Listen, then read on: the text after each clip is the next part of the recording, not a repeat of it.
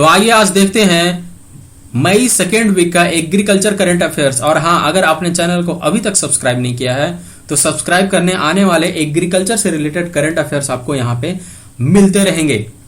क्योंकि अगर आप कोई भी एग्जाम की तैयारी कर रहे हैं तो ये करंट अफेयर्स आपके जरूर काम आएंगे।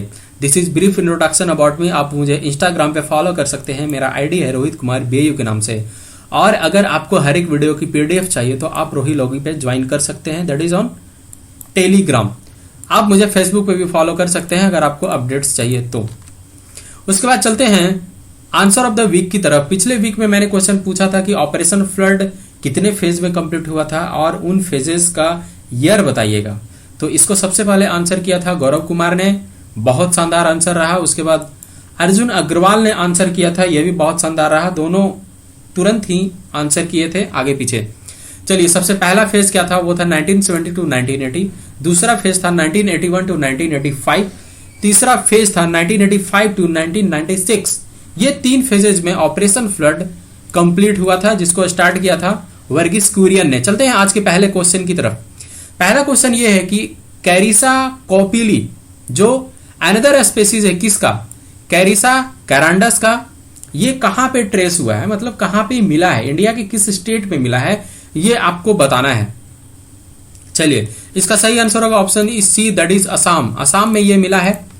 ये रिसेंटली न्यूज में था क्योंकि वहां पे एक हाइड्रो इलेक्ट्रिक प्रोजेक्ट चल रहा है, जिसकी वजह से वहां का पानी जो है वो एसिडिक हो गया है और ये थोड़ा खतरा में है, क्योंकि इसको बचाना भी ज्यादा जरूरी है। और ये है क्या, एक्चुअल में 1870s में इसको ब्रिटिशर्स लाए थे एक बैरियर के रूप में, जो किनारे किनारे लगाए जाते हैं, और ये वाइल्ड बेरी है, उसी का कजन्स मिला है। चलते हैं आज के दूसरे क्वेश्चन की तरफ। जैसा कि मैंने बताया था कि ई नाम पे मई के लास्ट तक, अभी देखिए मई हाफ जस्ट क्रॉस किया है, 1000 मंडीज इसमें ऐड कर दिए गए हैं। आपको ये बताना है कि अभी ऑलमोस्ट कितने स्टेट्स में ये ऑपरेट हो रहा है। इंडिया के जो 29 स्टेट्स है उसमें से कितने स्टेट में ये ऑपरेट हो रहा है। पहले 18 स्टेट्स में था, आपको ये मैं बता दे रहा हूं। तो ये क्वेश्चन ऑप्शन नंबर जो 5 है ये नहीं होगा।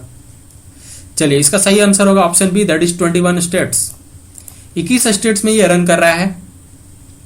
उसके बाद आगे क्वेश्चन देखते हैं कि government of India and AIIB signed a loan agreement.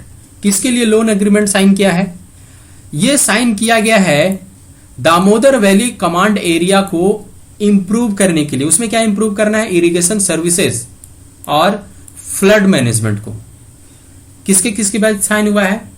Government of India और AIIB। तो आपको मैं बता दूं कि AIIB क्या है, एशियन इंफ्रास्ट्रक्चर इन्वेस्टमेंट बैंक, जिसका हेडक्वार्टर है यही चाइना में, दैट इज बीजिंग। अब आप बताइए कि कितना $US का अग्रीमेंट हुआ है?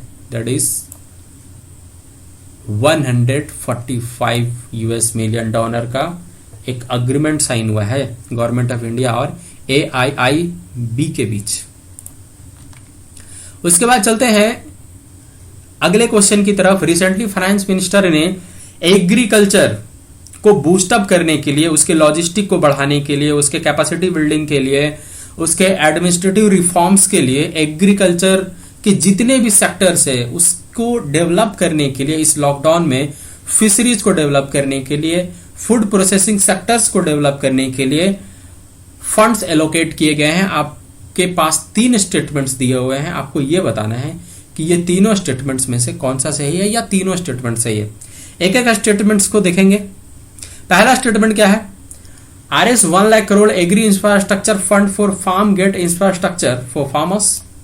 दूसरा स्टेटमेंट है 10,000 crore scheme for formalisation of micro food enterprises. Third statement 20,000 crore for fisherman through Pradhan Mantri Matsya संपदा योजना। देखिए, मत्स्य संपदा योजना के तहत इनको 20,000 करोड़ दिया जाएगा।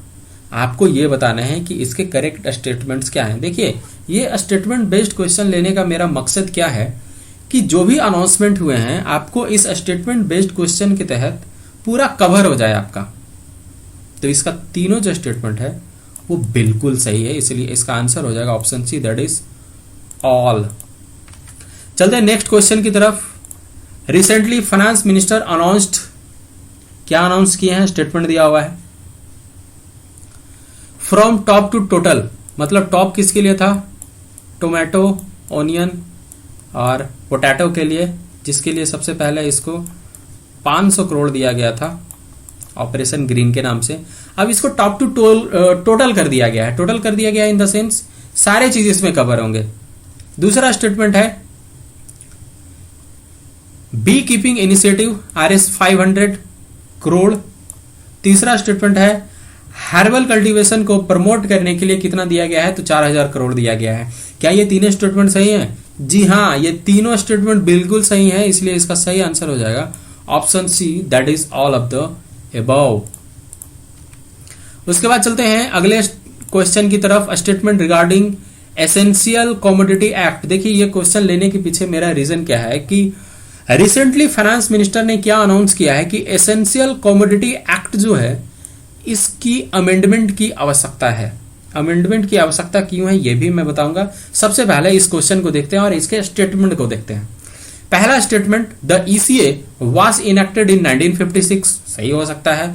दूसरा statement, it comes under ministry of consumer affairs, food and public distribution, ये भी सही हो सकता है।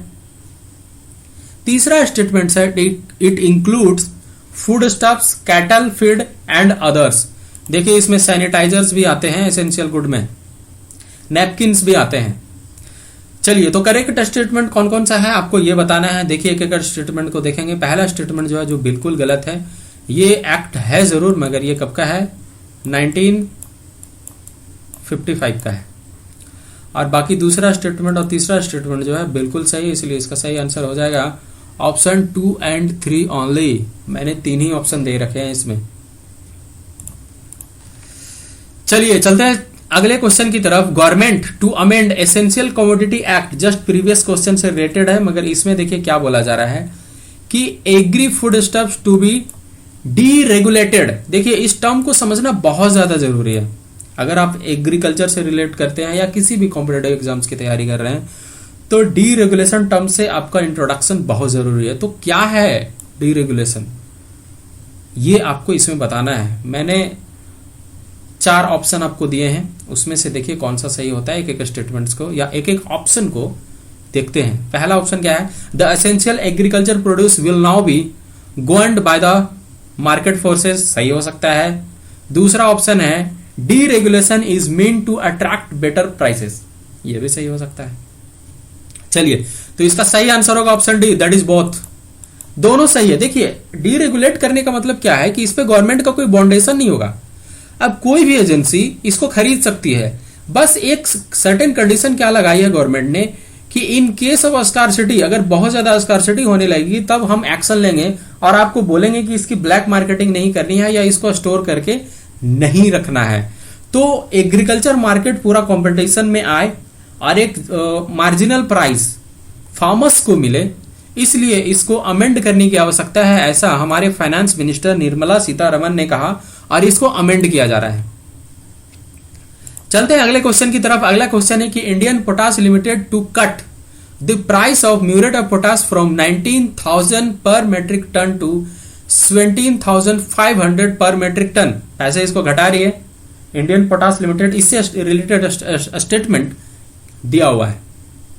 चलिए पहला स्टेटमेंट क्या है कि पर बैग 75 रुपए की गिरावट होगी।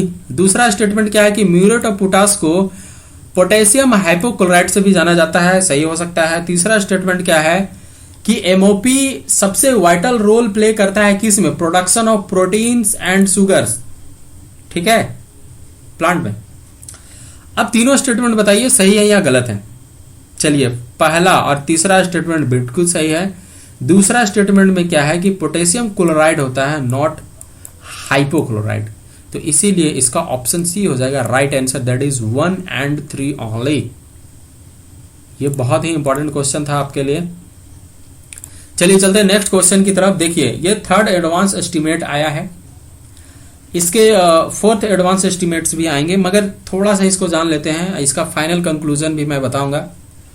तो इसका सही आंसर होगा ऑप्शन ए, दैट इज 295.67।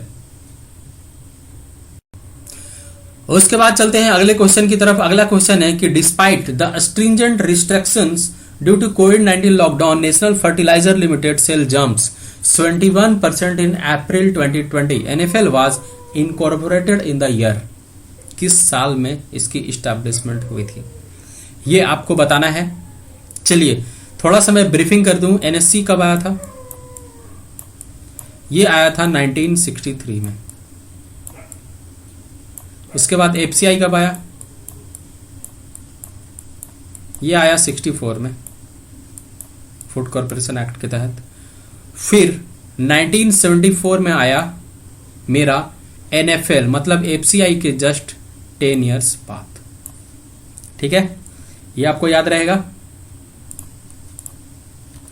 उसके बाद चलते हैं अगले क्वेश्चन की तरफ। देखिए, जीरो बजट नेचुरल फार्मिंग को किसने इंट्रोड्यूस किया था? ये बहुत ही फेमस आदमी है, एग्रीकल्चरिस्ट है और इनको पद्मश्री पुरस्कार भी मिल चुका है। तो आपको बताना है कि ये कौन से व्यक्ति हैं। पद्म, ठीक है। चलिए, इसका सही आंसर होगा सुभाष पालेकर। इन्होंने नेचुरल फार्मिंग की शुरुआत करी थी। अब पहुंच गए हम लोग क्वेश्चन ऑफ द वीक की तरफ। देखिए, it is again related with natural farming, जिसको जीरो बजट फार्मिंग बोलते हैं। तो एक देश का, अपने देश का एक ऐसा स्टेट है जिन्होंने ये अनाउंस किया है कि वो 2024 तक टोटली नेचुरल फार्मिंग पे उतर जाएंगे, विच is India's state to roll out a plan to become the first state to practice 100% natural farming by 2024। ये आपको आंसर करना है और फास्ट ट्रैक मोड में आंसर करना है। 1 लाइन का आंसर है। आप जितना जल्दी आंसर करेंगे आप उतना जल्दी सरफेस पे आ जाएंगे। मैं आशा करता हूं आपको वीडियो अच्छा लग रहा होगा। और अगर आपको फर्दर एग्रीकल्चर से रिलेटेड करंट अफेयर्स चाहिए तो बिल्कुल आप इस चैनल को सब्सक्राइब करना ना भूलें। आप प्लीज जल्द से ही सब्सक्राइब कर लें और बेल आइकन को दबाना ना भूलें। अगर आप बेल आइकन को प्रेस कर देते हैं तो आपको एग्रीकल्चर से रिलेटेड करंट अफेयर्स मिलते रहेंगे। तो thanks for today, bye bye.